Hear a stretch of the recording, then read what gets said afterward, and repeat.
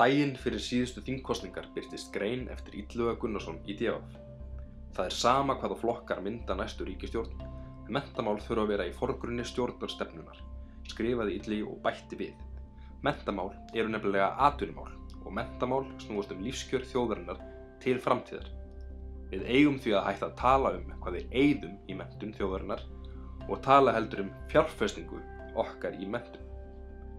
Kosningaloforð Framsóknarflokksins og Sjálfstæðisflokksins voru í svipuðum dúr.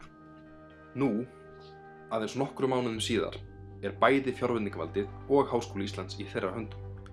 Þeir ráða hvort við eflum menntakerfið eða veikjum það. Þann 1. október kynnti ný ríkisstjórn fjárlagafrumvarp sitt. Samkvæmt frumvarpi hækkar skrásetningargjald úr 60.000 krónum upp í 75.000. Þetta bætist ofan á hækkunina frá því fyrra þegar gjaldið fór úr 45.000 krónum í 60.000. Á 3 árum hefur skrásetningargjaldið í Háskóla Íslands nánast tvöfaldast.